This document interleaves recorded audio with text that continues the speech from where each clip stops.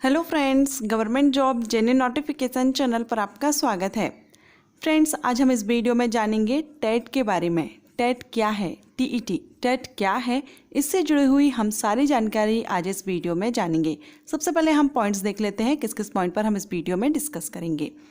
तो यहाँ पर हम जानेंगे व्हाट इज़ टेट, टेट है क्या, एलिजिबिलिटी, टेट के लिए एलिजिबिलिटी क्या होनी चाहिए या टेट किसको करना चाहिए।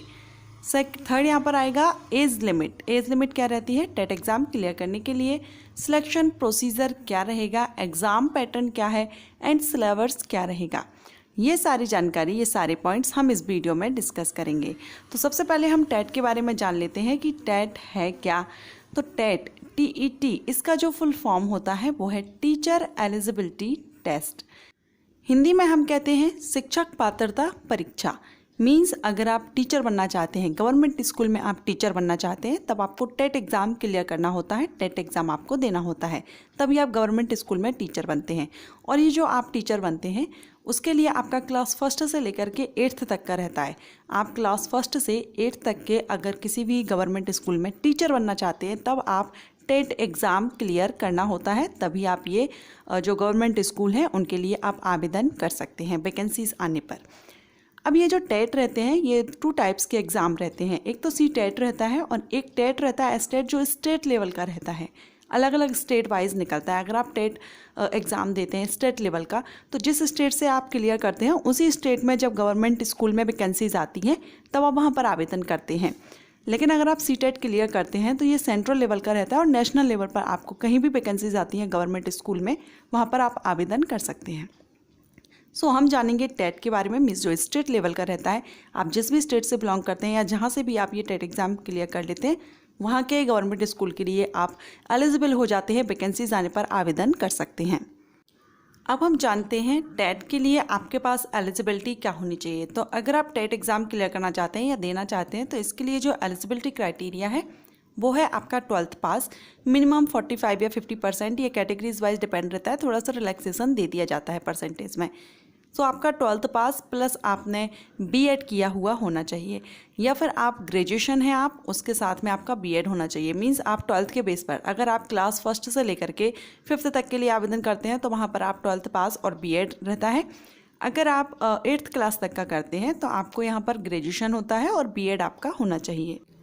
और अगर आपने बीएड कोर्स नहीं किया है, इसकी जगह आपने कोई डिप्लोमा कोर्स किया हुआ है जैसे कि डीएड या डीएलएड, तब भी आप एलिजिबल रहते हैं, टेट एग्ज़ाम दे सकते हैं। अगर आपके ये कोर्स कंप्लीट हो जाते हैं तब भी आप एलिजिबल हैं, या आप इसके लास्ट ईयर कर रहे होते हैं तब भी आप ये जो टेट का एग्ज़ाम है वो आप देने के लिए एलिजिबल रहते हैं, आप अप्लाई कर सकते हैं, एग्ज़ाम दे सकते हैं। लेकिन यहाँ पर जो न्यू एजुकेशन पॉलिसी आई है उसमें कुछ बीएड को लेकर के चेंजिंग की गई है और टेट को लेकर के भी की गई है, जो मैं आगे आपको एक्सप्लेन करूँगी। बीएड यहाँ पर 4 इयर्स तक का कर दिया गया है, after 12th 4, after graduation 2 and post graduation के बाद आपका रहेगा 1 साल का। तो अभी आपका डिप्लोमा का रहेगा, लेकिन आगे चल के 2030 तक ये लागू होने के चांसेस हैं। सो वहाँ तक आपका जब आप करेंगे तो वहाँ पर आपका जो बीएड रहेगा उसके बेस पर आप यहाँ पर टेट एग्ज़ाम दे सकेंगे। और ज़्यादा जानकारी के लिए मैंने इस पर वीडियो अपलोड किया हुआ है बीएड कोर्स पर, जो न्यू एजुकेशन पॉलिसी के अकॉर्डिंग क्या चेंजिंग आई है। सो अगर आपने वीडियो विजिट नहीं किया है, वीडियो चेक कर लीजिएगा, आई बटन पर मैं उसका लिंक आपको दे दूँगी। अब हम बात करते हैं एज लिमिट की। तो यहाँ पर अगर आप टेट एग्ज़ाम देते हैं तो minimum 18 and maximum 35 year age limit रखी है। ये जनरल कैटेगरीज के लिए है, जो रिजर्व कैटेगरी से बिलोंग करते हैं उनको रिलैक्सेशन मिल जाता है 40 से लेकर के 42 या 45 तक का कैटेगरीज वाइज रहता है। आप जिस भी कैटेगरी से बिलोंग करते हैं उसके अकॉर्डिंगली आपको रिलैक्सेशन यहाँ पर मिल जाता है। ओके, अब हम बात करेंगे सिलेक्शन प्रोसीजर की। टेट एग्ज़ाम का जो सिलेक्शन प्रोसीजर रहता है वो क्या रहता है, किस तरह से आपका कितने स्टेप में सिलेक्शन होता है। तो यहाँ पर आपका 3 स्टेप रहेंगे सिलेक्शन प्रोसीजर के, पेपर 1, पेपर 2 एंड इंटरव्यू। ये जो पेपर 1 एंड पेपर 2 हैं ये अभी तक करते आ रहे थे, लेकिन अब इसमें न्यू एजुकेशन पॉलिसी के अकॉर्डिंग इंटरव्यू भी ऐड कर दिया गया है। सो जब से ये न्यू एजुकेशन पॉलिसी लागू होती है तो इसमें इंटरव्यू भी रखा जाएगा और आपका इंटरव्यू भी लिया जाएगा। पेपर 1 एंड पेपर 2 पहले होते थे, इंटरव्यू नहीं था, लेकिन अब से आपका इंटरव्यू भी होगा न्यू एजुकेशन पॉलिसी के अकॉर्डिंगली। एंड ये जो इंटरव्यू होगा वो आपकी लोकल लैंग्वेज में होगा। ये जो इंटरव्यू है वो लिया जा रहा है, ये इसीलिए लिया जा रहा है, लोकल लैंग्वेज में लिया जाएगा, जिससे ये चेक किया जाए कि आप वहाँ की जिस भी स्कूल में आप पढ़ाते हैं वहाँ की जो लोकल लैंग्वेज है उस क्षेत्र की, उसमें आप बच्चों को कितने अच्छे से एक्सप्लेन कर सकते हैं। अब आपके जो 2 पेपर रहते हैं, पेपर 1 एंड पेपर 2, तो पेपर 1 जो रहता है वो क्लास 1 से लेकर के 5th तक के लिए होता है। अगर आप क्लास 1 से लेकर के 5th तक का आप टीचर बनना चाहते हैं तब आप ये पेपर देते हैं। और पेपर जो सेकंड रहेगा वो आपका रहेगा 6 से लेकर के 8th क्लास तक का।